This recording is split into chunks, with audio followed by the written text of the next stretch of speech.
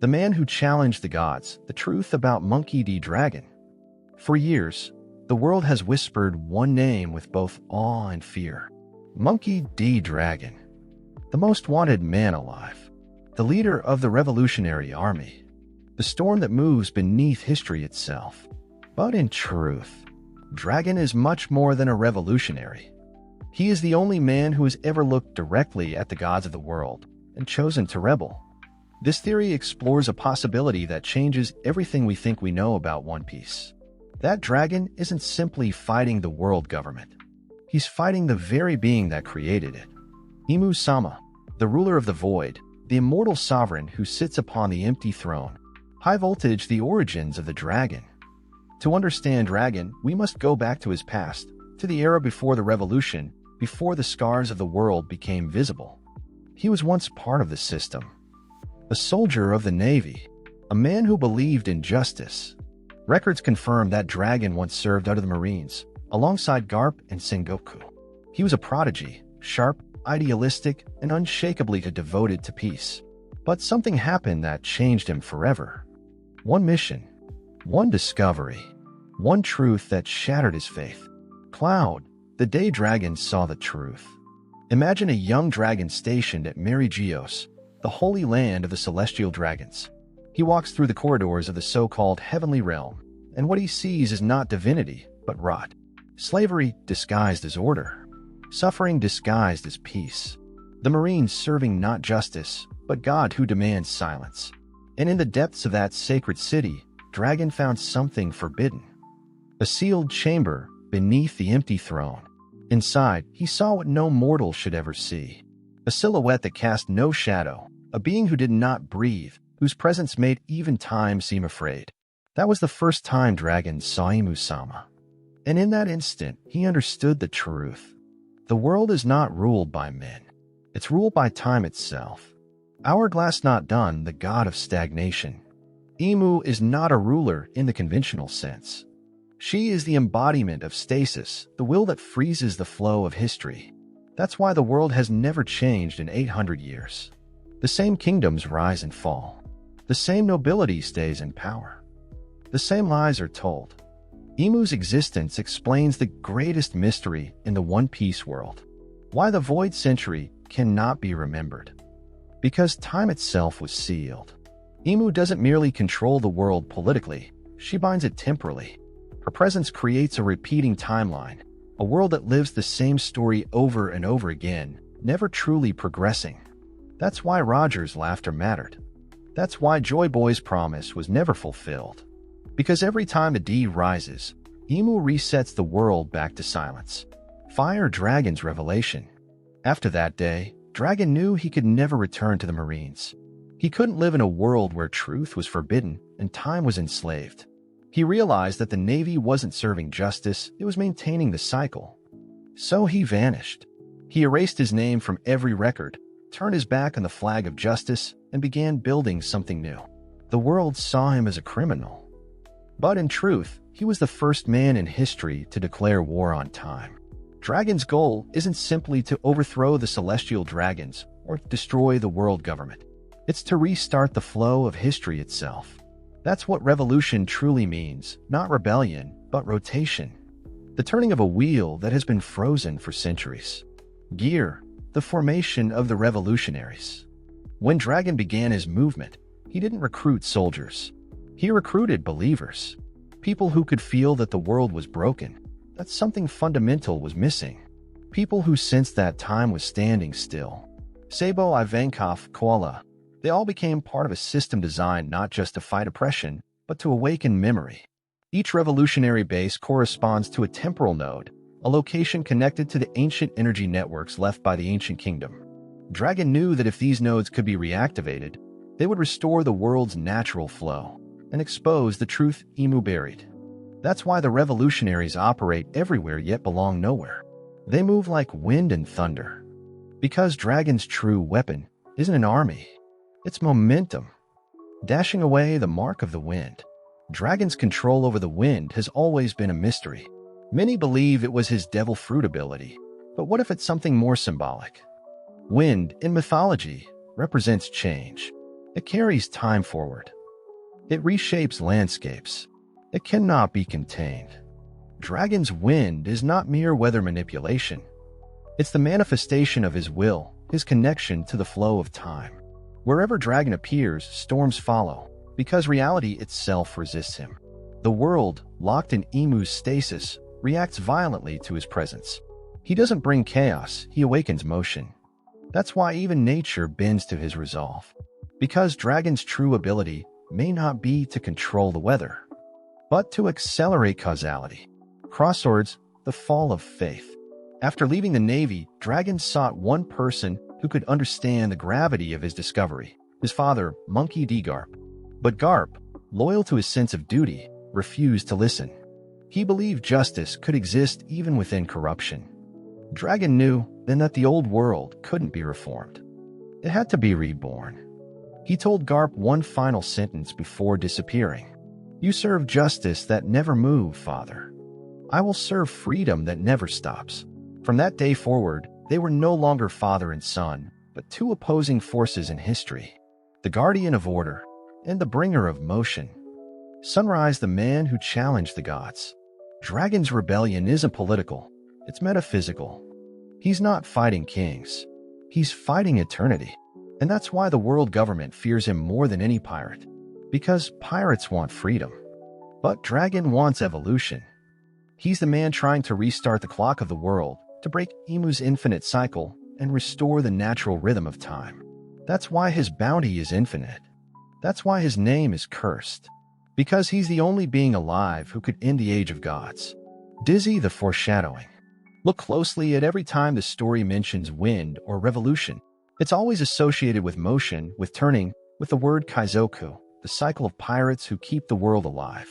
Luffy inherits the will of joy, but Dragon inherits the will of change. Both are needed for the dawn to come. That's why the sky always changes when Dragon appears. He is the herald of transition, the physical rejection of Imu's stillness. And deep inside him burns a fruit older than the void century itself. A fruit that once belonged to the ancient kingdom's timekeepers. The Toki Toki no Mi primeval form. The fruit of time, Dragon's forbidden power. Time has always been the one element that no pirate, no emperor, no god could command. But what if one man, one revolutionary, found a way not to control it, but to set it free? Monkey D. Dragon's greatest weapon is not his army, his intellect, or even his will. It's a power hidden so deeply that the world itself forgot it ever existed. A fruit erased from the records of history, struck from the devil fruit encyclopedia by order of the 5 elders. A fruit older than the world government itself. The Toki Toki no Mi primeval form. Tornado, the legend of the time fruit. Centuries before the void century vanished, the ancient kingdom studied the natural rhythm of the planet, the rise and fall of ages, the heartbeat of the world. They discovered that time was not linear. It moved like the ocean, waves overlapping, moments echoing into each other. From this discovery was born a fruit of impossible potential, a seed that could interact with the current of time itself. It was meant not to dominate history, but to protect its continuity. That fruit disappeared when the ancient kingdom fell. Some say it was destroyed. Others whisper it was swallowed by the wind and reborn in another age. And the one who found it was Dragon. High voltage, the difference between Toki's power and Dragon's. We already know that Kazuki Toki possessed a version of the Toki Toki no Mi. Her ability could send people forward through time, never backward. She moved souls out of danger, but could not rewrite fate. But the fruit Dragon wields is not the same. The primeval form is the original, unbound by the limitations of the modern copy. Instead of transporting bodies, it manipulates flow. Dragon can accelerate, decelerate, or freeze causality within localized fields. He doesn't time travel, he time bends. When he appears on the battlefield and the wind begins to howl, it's not merely weather. It's the sound of the world's clock skipping beats, dashing away the power of momentum. Dragon's symbol has always been the storm, a spiral of air moving endlessly. But the storm is not random. It is rhythm, a perfect metaphor for his fruit. He can slow the air around projectiles, making bullets crawl. He can accelerate the fall of lightning. He can freeze an instant so that every decision fits inside a single heartbeat. This explains how he rescues people who should be impossible to save, how he appeared when Sabo was cornered, how he intercepted fleets that should have reached him first. Dragon isn't omniscient, he's ahead. He lives half a second in the future. Mantelpiece clock, why the world government fears him. Imu-sama's dominance depends on predictability. She controls the timeline like a script, deleting events, erasing kingdoms, ensuring nothing unexpected ever happens. But Dragon's fruit disrupts that script. He introduces variance. Every time he acts, the world's timeline branches, creating ripples that even Imu cannot fully erase. That's why the government hunts him more than any pirate, because his existence breaks their perfect loop. He's the error in eternity. Gear, the temporal network. Dragon doesn't use his fruit recklessly. He channels it through the Revolutionary Network, a system of ancient devices hidden in the ruins of the old world. Each base of the Revolutionary Army sits atop a temporal node, remnants of technology from the ancient kingdom that resonate with the world's natural time current. By activating them, Dragon creates zones of restored time, places where the truth resurfaces. That's why the government loses control of records and communications whenever a revolution spreads. It's not sabotage. It's history trying to heal itself. Last quarter moon, Dragon's burden. Manipulating time is not without cost. Every time Dragon slows or accelerates the world, he ages. Not physically, temporally. His existence becomes thinner, his presence harder to perceive. That's why the Navy rarely captures his image clearly. Photographs blur, din mushy distort, reports contradict.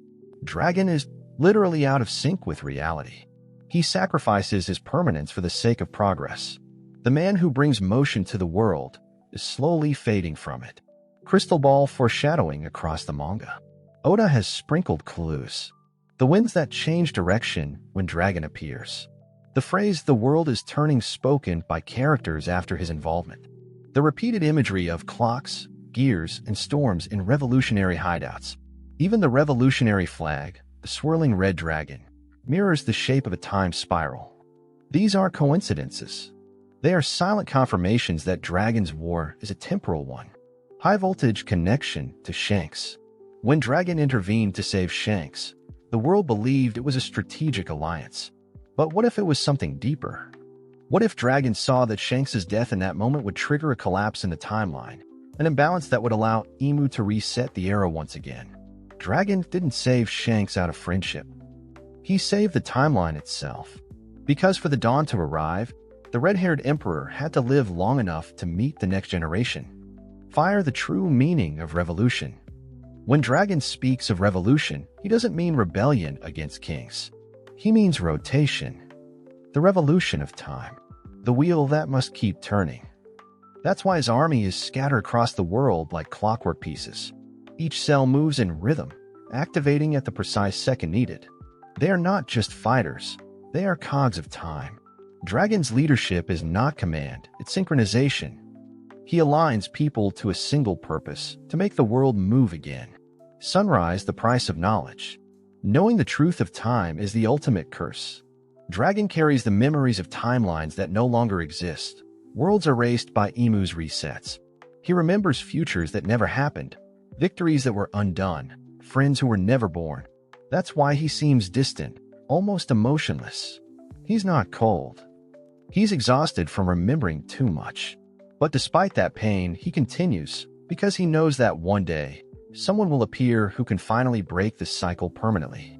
And that person is his son. Luffy represents the uncontrollable present, joy incarnate. Dragon represents the conscious future, change personified. Together, they form the key to the world's awakening. The fall of truth, the corruption of the world government. Every revolution begins with a lie. Not the lie told by rebels, but the one told by those in power.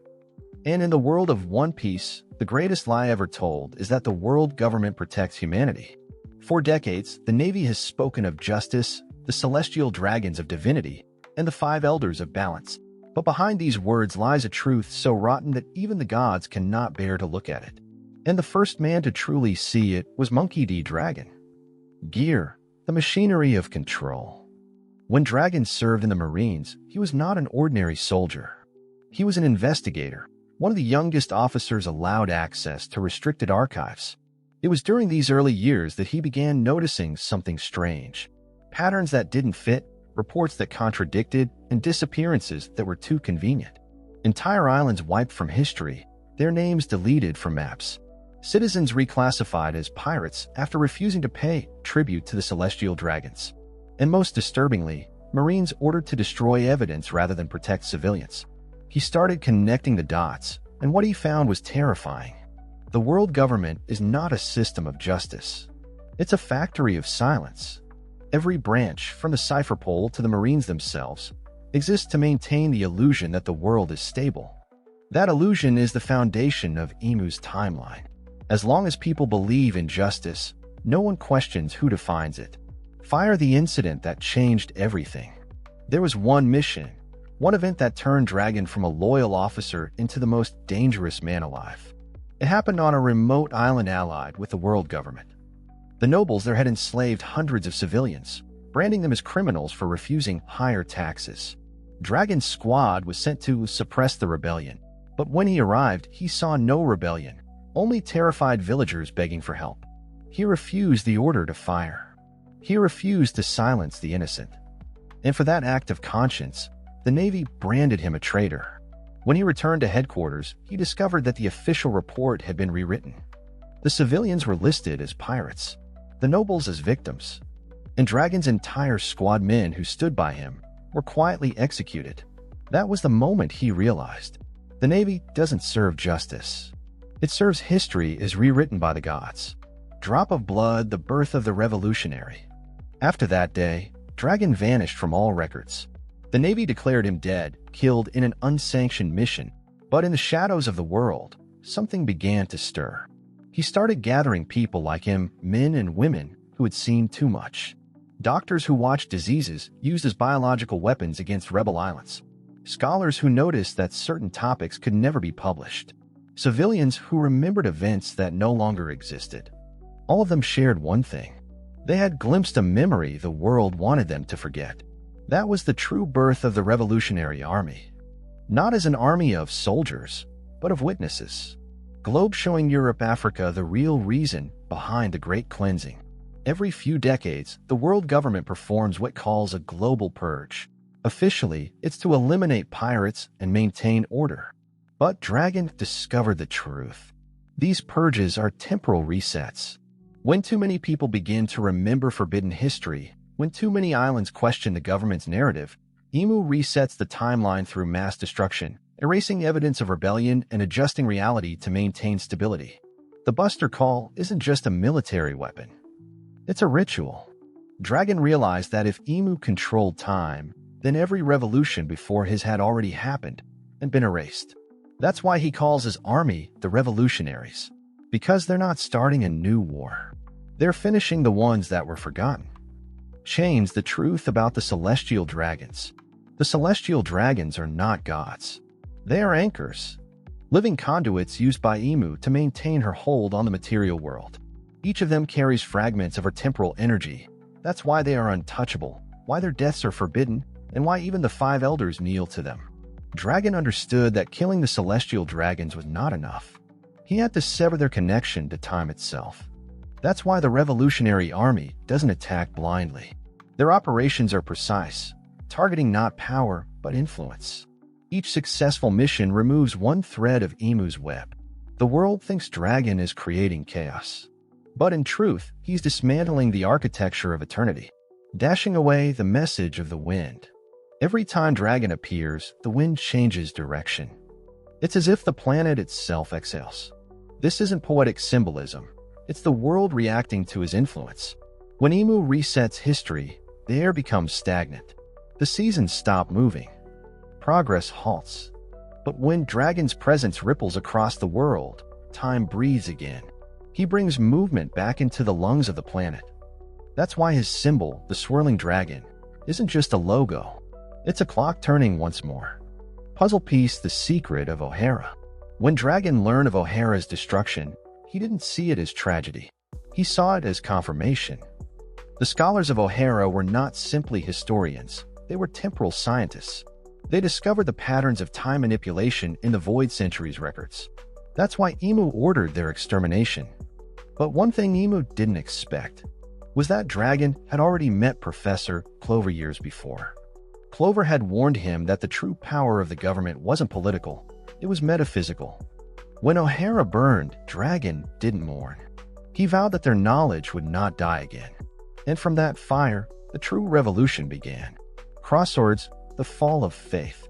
Dragon's break with the Marines caused a shockwave throughout the world. Garp tried to protect his son, but even he couldn't defy the will of the elders.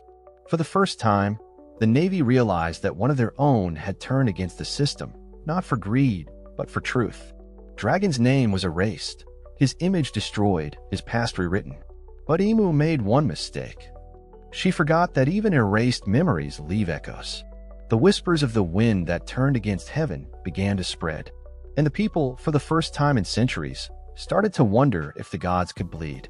High voltage, the philosophy of the revolution. To the Revolutionary Army, justice is not about punishing evil. It's about freeing truth. They don't seek to destroy the world, they seek to let it move. Because Dragon believes that every lie is a chain, and every truth is a step forward in time. That's why his war is not fought with hatred, but with patience. He doesn't fight to win, he fights to continue. Because every action, no matter how small, keeps the world spinning, and that is enough to weaken Imu's grip. Sunrise, the fall of truth. By the end of this part of the story, Dragon's becomes something far greater than a revolutionary.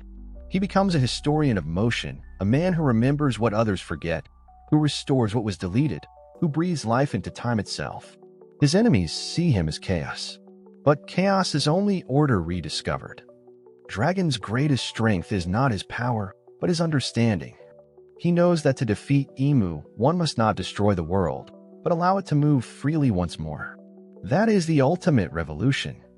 Not against kings, not against gods, but against stagnation itself. The hidden war, the true purpose of the revolution. The world believes the Revolutionary Army is a political force, a rebellion against kings and nobles. But that's only the surface. Because what Dragon created is not a rebellion. It's a reset. The revolutionaries aren't fighting to replace the world government. They're fighting to unfreeze it, to restart the natural flow of time that Imu has stopped for 800 years. Their true purpose is not destruction. It's liberation, not of people, but of causality itself. Gear, the structure of the hidden army. Dragon's army is unlike any military in history. It's not built around rank, hierarchy, or conquest. It's built around frequency. Each revolutionary base operates as a resonance point, aligned with the planet's natural temporal frequency. That's why their hideouts appear and vanish. They aren't teleporting, they're shifting alignment. Dragon uses the primeval time fruit to keep every base in sync across the world. When one node acts, the others move instinctively, like clock gears turning in harmony. The Marines can't track them because they don't exist in a single moment. They exist in many moments at once. Windface, the Wind Network. At the core of this system lies what Dragon calls the Wind Network, a flow of temporal energy that circles the planet like a jet stream of time. This is the true reason behind the massive whirlpools, storms, and unpredictable weather patterns in the New World. The world believes the seas are chaotic. But they're not. They're alive. Dragon's fruit interacts with this natural rhythm, allowing him to communicate with his commanders through atmospheric shifts. A gust in Baltigo could carry a coded message to Kamabaka Island within seconds. Not through sound, but through time resonance. Every gust of wind is a whisper between rebels, a secret language that the gods cannot hear. Fire, the pillars of the revolution. Each of Dragon's top commanders represents one aspect of time. Their missions are not random. They correspond to maintaining the flow of history in specific ways. Sabo, of the present flame. He represents the will of now, burning against stagnation, protecting the spark of life and choice. His battles always happen at the heart of conflict, symbolizing the struggle to keep the present alive. Ivankov, the future that changes. Through transformation and evolution, Ivankov embodies adaptability, the ability of time to alter itself. His hormone powers aren't just biological, they represent potential. Kala, the memory of the past. the keeper of trauma and history. Koala's missions focus on freeing slaves, restoring what was lost, and ensuring the world never forgets the cost of stillness. Together, they form Dragon's triad: past, present, future. Their synchronization keeps the world's motion alive while Dragon anchors the flow through his primeval fruit. Mantelpiece clock, the hidden symbolism. The revolutionary flag, the red spiral of the dragon, is not random. It's a temporal vortex, the point where time begins to rotate again after centuries of being frozen. Each swirl represents one phase of the revolution. Recognition, knowing the truth. Resonance, aligning the will. Release, breaking the cycle. When the symbol is raised in a new land, that region's timeline reawakens. That's why revolutions spread like wildfire. Because they're not merely social movements, they're time events. Dizzy the Forgotten Allies. The revolutionaries aren't alone. Dragon discovered remnants of ancient technology scattered through the Grand Line, relics left by the ancient kingdom before it fell. They are not weapons, they are anchors. Anchors designed to stabilize the planet's temporal field when the gods tried to erase it. Dragon reactivated these devices, allowing certain islands to resist Imu's resets. That's why nations like Elbaf, Baltigo, and parts of the New World seem to remember things others forget. They exist outside Imu's loop, protected by Dragon's influence. The government calls them rebellious zones. But the truth is simpler. They are free. Crosswords, the first phase, the silent revolution. Dragon knows that to defeat Imu, brute force means nothing. He must weaken her grip on history before confronting her directly. That's why his first phase, the silent revolution, focuses on destabilizing belief. Every government depends on faith, the faith of its citizens that the system works. Dragon doesn't attack cities. He attacks certainty. He leaks forgotten truths, exposes erased massacres, reveals contradictions between history and memory. He lets the people question the timeline themselves. Because when faith cracks, time begins to flow again. Crystal Ball, the philosophy of change. Dragon's doctrine teaches one thing above all. Nothing remains still, not even truth. This is the ultimate heresy against Imu, whose power depends on eternal order. To Imu, movement equals chaos. To Dragon, chaos equals life. That's why he encourages his followers to act freely, without rigid commands. The revolution isn't an army obeying a king. It's a living organism. It learns, adapts, and changes shape as needed. Where Imu demands obedience, Dragon cultivates unpredictability. Where Imu creates gods, Dragon creates possibility. Last quarter moon, the clash of faiths. Imu's priests, the five elders, view Dragon's army as disease. They call him the wind of ruin. But Dragon knows the truth. Every god fears the wind because it erodes the stone of eternity. That's why the elders always move to suppress news of him. Not just to hide his actions, but to keep the world still. Because knowledge moves faster than armies. And the moment people believe that change is possible, the timeline begins to shift. That belief is Dragon's strongest weapon.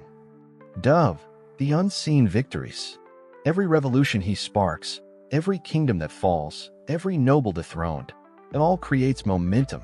But what the world doesn't realize is that Dragon has already won small victories in places no one remembers.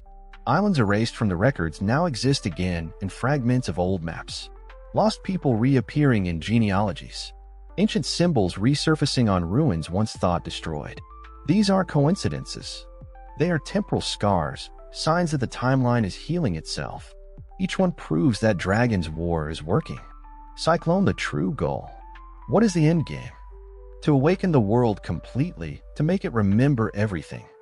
When the revolution reaches its final phase, all forgotten events, the Void Century, the Ancient Kingdom, Joy Boy's failure, will resurface simultaneously. Time will collapse into the present. Past and future will merge. And at that moment, Imu will lose control forever. Because you cannot manipulate a timeline that refuses to forget. That's what Dragon calls the dawn of time. The time of liberation, Dragon versus Imu. Every era has a storm that cannot be stopped. A storm that doesn't destroy, but awakens. And in the world of One Piece, that storm has a name, Monkey D. Dragon. For decades, he moved like a ghost across the seas. Invisible, whispered, feared. But the time for shadows is over. Because even the wind must face the sky that trapped it. And the sky's name is Imu. New Moon, the unseen throne. At the heart of the world lies the Pangea Castle, a fortress so ancient that even the five elders call it sacred. Deep beneath its foundations sits the empty throne, a seat that supposedly belongs to no one. But Dragon knew the truth. Someone was always sitting there. Imu, the eternal ruler, the god of stagnation. For 800 years, she watched the world through mirrors of history, controlling time like a puppeteer, resetting events, erasing kings, deleting centuries. But one day, she felt something she had not felt since the fall of the ancient kingdom: resistance. A wind that refused to bow. A current of time that flowed against her will. A single heartbeat echoing out of sync with eternity. That heartbeat was Dragon. Hourglass not done the moment time stopped. When the final phase of the revolution began, the world trembled. Storms formed across every sea. The magnetic fields of the Grand Line went berserk. The eternal poses shattered one by one. And in the eye of that chaos stood Dragon, cape torn, eyes glowing faintly with golden light, his aura bending the air itself. He raised his hand toward the heavens and whispered, "Let the world move again." And the impossible happened. Time stopped. Not for the world, but for the gods. For the first time in 8 centuries, Imu's cycle faltered. The eternal throne cracked. The celestial dragons fell to their knees, their divine bodies aging in seconds. The 5 elders shouted in terror as they realized what was happening. Dragon wasn't freezing time. He was reclaiming it. Dizzy the battle beyond time. Imu emerged from the darkness, her form shimmering like a mirage. Neither man nor woman, neither light nor shadow, the embodiment of stillness itself. Every step she took erased sound, erased motion, erased meaning. But Dragon didn't move. He simply stood, eyes locked onto her, his wind swirling in slow, infinite loops around him. The air itself bowed to their presence. Imu, you defy eternity? Dragon, no. I free it. And the battlefield became something the world could never see, a realm where time was no longer linear. Every strike, every thought, every breath happened across multiple moments at once. The floor of the throne room shattered and reformed endlessly. Reality bent between stillness and motion, caught between God and storm. Fire the clash of wills. Imu's power was absolute silence, the ability to erase existence from the timeline. She could turn any object, person, or memory into nothingness. She reached for Dragon, her hand cutting through the air like a void, and where her fingers passed, even light ceased to exist. But Dragon's power was momentum. Every gust of his wind carried not destruction, but continuity. When Imu erased, Dragon restored. When she silenced, he echoed. Their battle was not about strength, it was about philosophy. Imu sought to preserve the world by stopping it. Dragon sought to protect it by letting it move. Every collision between them created paradoxes, fragments of reality that looped endlessly, like broken film reels. The throne room became a storm of memories, past and future blending until even the gods forgot what moment they stood in. Gear, the revolution in the sky. Outside, the world saw signs of the impossible. The sun rose and set 3 times in a single hour. Islands appeared and vanished. Ancient symbols glowed on the ocean floor. The revolutionaries across the world felt time itself expanding, a rhythm pulsing through the air like drums. The drums of liberation. For the first time, Dragon's rhythm aligned with another, his son's. Luffy's heart, beating in the same pattern, across the seas, across time itself. The will of D resonated through blood and memory, uniting father and son without words. Imu felt it. A vibration beyond her control. A future she couldn't predict. The sound of freedom, echoing through the timeline she once owned.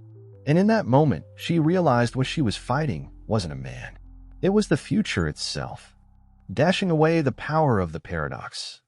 Dragon's final ability, the core of the primeval fruit, was revealed. He could create temporal paradoxes, events that contradict Imu's resets. By aligning multiple futures together, he made outcomes Imu couldn't delete. When Imu tried to erase him, Dragon split his existence across time. One version fighting her in the present, another spreading the revolution's momentum across centuries past and future. Every time she erased one, another reappeared, drawn from another possible outcome. Dragon became infinite motion.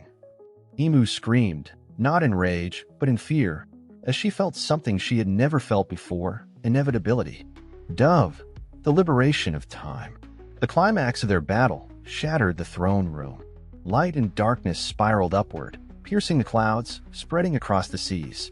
Every revolutionary, every pirate, every marine felt the world shake, not from destruction, but from release. The magnetic field stabilized. The eternal poses recalibrated. The calm belts broke apart. The seas began to breathe again. Dragon stood before Imu, his body flickering between moments. He was fading. Every second spent accelerating time burned his existence away. But he smiled. "You taught the world to fear change. I'll teach it to love it." He extended his hand, and wind burst through the palace, tearing the flags of the celestial dragons from their poles. The wind carried their screams away, scattering their symbols like dust in the air. Time moved again. Bell the fall of the eternal throne. When the storm ended, there was no palace, only ruins and light. The empty throne stood broken in half, one side illuminated by sunlight, the other engulfed in shadow. Imu was gone. Whether destroyed or finally freed, no one knew. But in the silence that followed, the world heard something else. The sound of breathing. The world had begun to live again. Sunrise, the legacy of the wind. Dragon's body was never found. Some say he was erased. Others believe he became the wind itself, a consciousness carried through the ages, guiding the next revolution, whispering in every storm. But one thing is certain. The world began to remember. The void century resurfaced. History moved again. And for the first time in 800 years, the sky above Pangaea Castle turned blue. The dawn of time, the final revolution. When the storm faded, the world was no longer the same. The seas had stopped raging, the sky had turned clear, and for the first time in 800 years, the sun rose on its own. No manipulation, no divine will, no correction from the gods.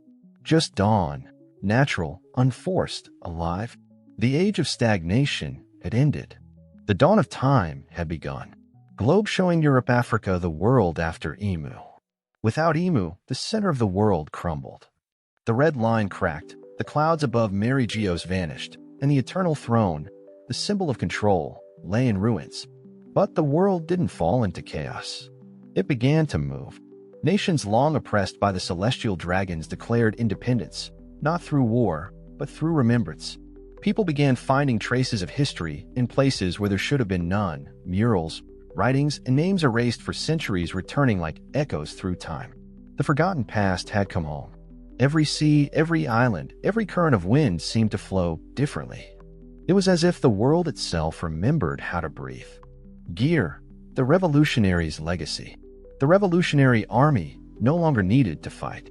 Their victory was not in conquest, but in continuity.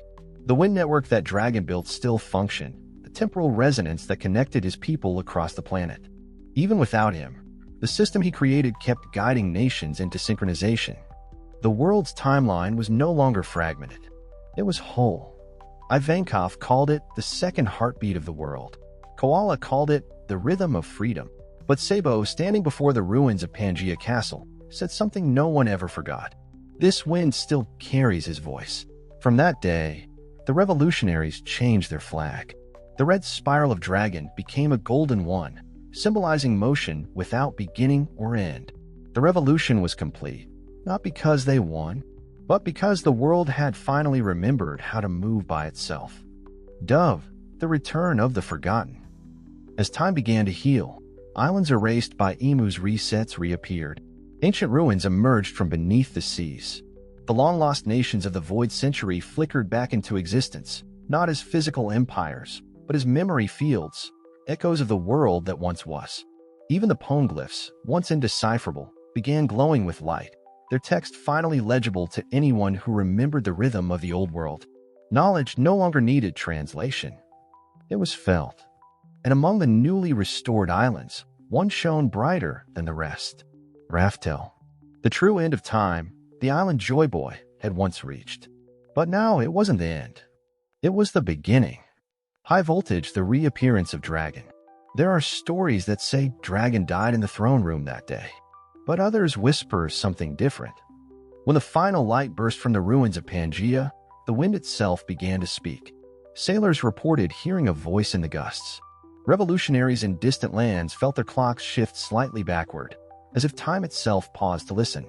And then they heard a phrase echo across the planet. Time belongs to no one. Let it move. That was the last message of Monkey D. Dragon. And from that day on, every storm carried his whisper. Every breeze reminded the world of his promise. Dragon didn't die. He became what he always was, the wind of time. Fire, the reunion of wills. Far across the seas, Luffy, now grown, his smile unchanged, felt the world pulse. The drums of liberation beat once again. He looked to the sky and laughed, knowing exactly what it meant. His father's revolution had not ended in death. It had ended in continuity. Dragon freed the world's timeline, and Luffy freed its soul. The will of D had finally united. Dragon, the man of the future, who freed time. Luffy, the man of the present, who freed the heart. Joel D. Roger, the man of the past, who freed truth. Together, across generations, they completed the circle. The will of D wasn't a name. It was a rhythm, a pattern that reappears every time the world tries to stop moving. Sunrise, the meaning of the will of D. For centuries, scholars argued what the D stood for. Danger, dream, dawn. But now the truth was clear. The D stands for drift. The eternal current that carries existence forward, unpredictable, unstoppable, alive. Those who bear the D are fragments of that current, souls born to ensure the world never stops flowing. They are not rebels or saviors. They are the immune system of time. Whenever the world freezes, a D is born to make it move again. Dizzy, the true One Piece. When Luffy finally returned to Raftel, now restored to its ancient form, he found not gold, not weapons, not knowledge, but a single stone tablet with one line written across it. When the world remembers, laughter will be eternal. The One Piece was never a treasure. It was the connection of time itself. A metaphysical link, the bond of joy that transcends centuries, uniting every generation that ever dreamed of freedom. Joy Boy's laughter. Roger's laughter. Luffy's laughter. All the same sound. All the same will. That was the treasure, the world's memory of joy. Globe showing America as the age of motion. The years that followed became known as the age of motion. An era where time flowed freely, ungoverned by gods, unmeasured by kings. Nations changed, merged, evolved. The seas calmed. The sky remained blue. And people stopped fearing the unknown because they finally understood that uncertainty is the price of freedom. No one ruled this world. No one owned time. The world belonged to itself. And every now and then, when the wind blew through the trees, children swore they could hear laughter riding the breeze, a deep, familiar laugh that made their hearts lighter. A laugh that carried both the storm and the sun. The laugh of the man who freed time. Cyclone conclusion of the Dragon Saga. Monkey D. Dragon's revolution was not a war of men against gods. It was the war of time against stillness. And though his body vanished, his legacy became the rhythm of the world. He proved that even eternity could change if one man dared to move against it. That is the true meaning of revolution. Not rebellion. Rotation. The turning of the cosmic wheel, the heartbeat of existence itself. The moment the wind rose, the gods fell. And the world began to live again. The storm that freed time. The wind that outlived the gods. His name was Monkey D. Dragon.